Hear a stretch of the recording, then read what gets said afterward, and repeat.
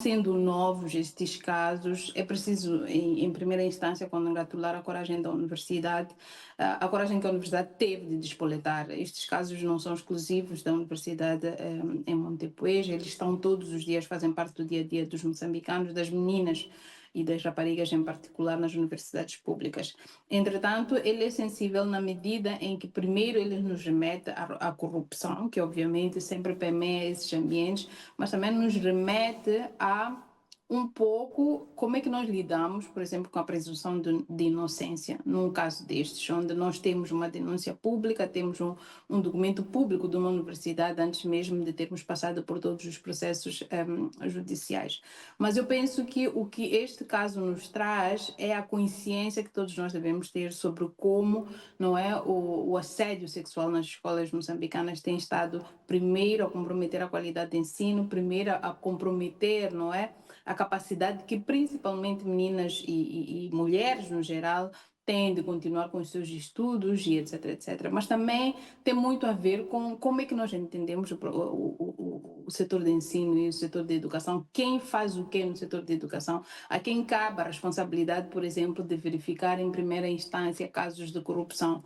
Quantas escolas públicas ou quantas universidades moçambicanas têm, por exemplo, um conselho de ética que, por exemplo, dá vazão a estas questões? Como é que estas questões são tratadas dentro das nossas universidades? Porque, ao serem despoletadas com uma lista de 10 docentes, para quem conhece a realidade do nosso país, uma universidade perder 10 docentes é extremamente grave, é um número extremamente alto, compromete não apenas a qualidade da educação dentro do setor, mas também cria sérios constrangimentos até ao setor da educação. Então precisamos entender por que é que a universidade tomou uma decisão deste nível, não é? De publicar e, inclusive, afastar cerca de 10 docentes. E o que é que isto, qual é o sinal que isto está a tentar transmitir para a sociedade? O que é que está a acontecer dentro da sociedade? E o que é que as instituições de ensino superior, de onde eu também faço parte, estão a fazer para lidar com este tipo de casos que têm sido muito mais crescentes e muito provavelmente a partir desta experiência estes casos vão crescer muito mais porque as pessoas vão se sentir muito mais confortáveis em focalizar e isto é extremamente importante. E a questão é como é que nós temos, como é que o sistema lida, não é, com este tipo de casos. Agna, Claramente, o número de docentes, a atitude que eu preciso mais uma vez parabenizar da universidade, revela que não há mais condições de tentar tapar o sol com a peneira em relação aos casos de assédio sexual e em relação à forma como o ensino, o processo de ensino e todo o sistema de ensino tem sido gerido, não apenas pelos gestores das universidades, mas também pelos próprios docentes. Então, nós temos tido de forma muito isolada, muitos casos de denúncia de assédio sexual. É verdade que também existem alguns casos em que os próprios docentes reclamam que os seus estudantes também entram, engajam-se, mas aí vem a responsabilidade. Qual é a responsabilidade que um docente que eventualmente se sente assediado, não se sente confortável com os seus estudantes, qual é a responsabilidade que ele tem de guiar esse docente e pôr ele na linha e eventualmente explicar que esse não é o melhor caminho? Não é isso que nós temos tido nas nossas universidades. Muitas vezes são os docentes que se engajam em atividades não apenas de corrupção, porque nós aqui temos dois casos, é preciso que esteja muito claro que aqui temos um caso de corrupção em que o professor exige que os estudantes paguem valores ao professor em troca de passagens, mas também temos casos de assédio sexual. Então, nestes dois casos, eu penso que este é um alerta sobre como o nosso sistema de educação tem estado a funcionar e por que é que muitas vezes nós temos as dificuldades, os desafios e reclamamos até da qualidade da própria educação. Então, é um tema extremamente sensível porque ele toca primeiro na gestão das próprias instituições de ensino superior, toca segundo na qualidade da educação e toca em terceira instância na questão da corrupção e também, principalmente na justiça. Eu penso que é muito importante que nós discutamos este tema da assédio sexual. Eu considero um tema extremamente importante, mas também acho muito gravoso que, sem que tenha tido um processo judicial bem encaminhado e até que se tenha aprovado, obviamente não duvido absolutamente de nenhuma forma isto, tem que ser mesmo muito claro, até mesmo pelas vítimas, para que elas não se sintam negligenciadas, mas eu penso que lhe tirar uma lista com nomes de professores, independentemente se são ou não culpados antes de termos um processo judicial ou até interno administrativo, acho também extremamente problemático. Então, eu penso que este caso nos traz muitas camadas Exato. de problemas e de dificuldades que o nosso sistema, não apenas de educação, mas também, nesse caso, de justiça e da corrupção que existe no nosso país, estão a refletir e a gritar neste momento. E é uma oportunidade que nós temos de discutir estas questões a vários níveis. E corrupção, primeiro vai ter um impacto primeiro para os mais pobres, estudantes mais pobres. Significa que aqueles que não têm possibilidade de pagar ou negam esse tipo de prática realmente desistem. Então significa que é uma das razões porque isso já se demonstrou na educação primária e secundária, que uma das razões da maior desistência das raparigas da escola é pela falta de segurança. Essa segurança, por exemplo, os estudantes sofrem o assédio moral e o assédio sexual e a violência sexual. Então, esses três fatores têm tido uma das razões para uma maior desistência das raparigas. Não estamos a falar ainda da fome, que é um fator importante neste país, não é? As pessoas não vão à escola e há resultados que mostram que uma das causas que faz com que as raparigas, as crianças na escola tenham um aproveitamento muito mau é pela fome.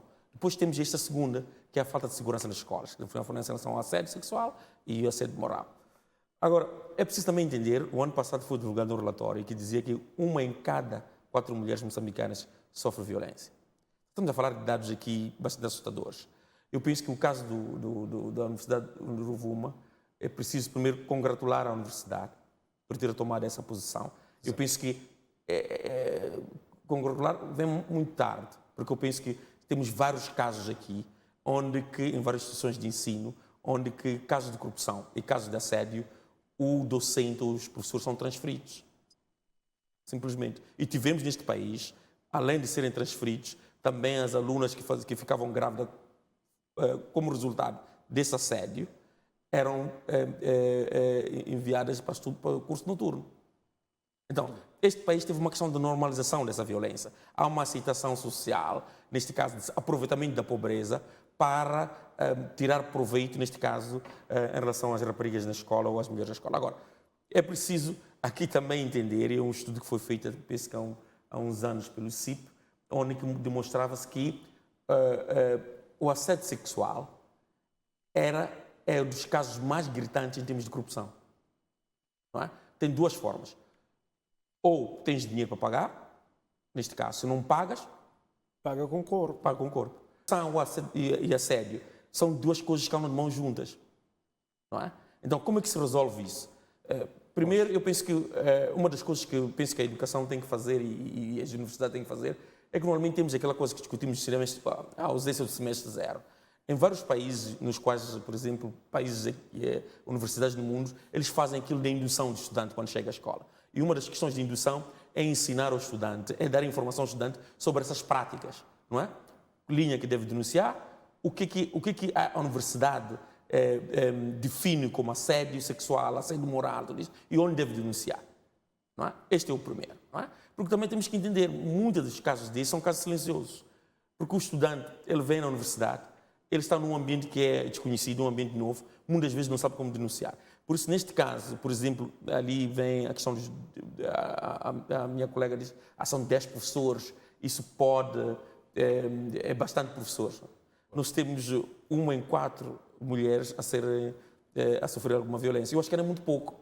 Eu penso que daquilo que nós vimos dos casos é muito pouco. A outra questão que eu penso que é muito importante é a questão de nós normalizarmos a questão da violência não como um crime público. Não é? Eu penso que isto é preciso normalizar. E no caso, por exemplo, dos vários casos, há várias denúncias de violência, de assédio sexual e violência, é muito difícil ver a atuação do Ministério Público. Mas há aqui um grande problema que tem a ver com a prova dos fatos. Quando falamos de abuso sexual, normalmente estes casos não acontecem dentro do recinto escolar. Podem ocorrer, havendo uma e outra situação, mas se entende que na maior parte dos casos isto não se dá no recinto escolar. O recinto acaba servindo como o local da chantagem, mas não necessariamente o local da consumação do ato dos abusos. Como se prova isto? Mas isto tem mecanismos de como podes fazer a produção de prova. E isto existe em Moçambique nos últimos 20, 25 anos, criou vários instrumentos e treinou não só médicos, legistas, trabalhadores de ação social, tem mecanismos de coisa. Existe um protocolo que pode ser seguido para determinar isso. Eu acho que aqui isso não pode vir a causa, não pode justificar a inação das autoridades. É o que fala, por exemplo, do Ministério Público. Não é? Todos os dias tem denúncias sobre assédios. Todos os dias tem denúncias de desaparecimento de crianças. E não se vê uma atuação muito forte do Ministério Público. Este é um crime que tem consequências desastrosas. Uma das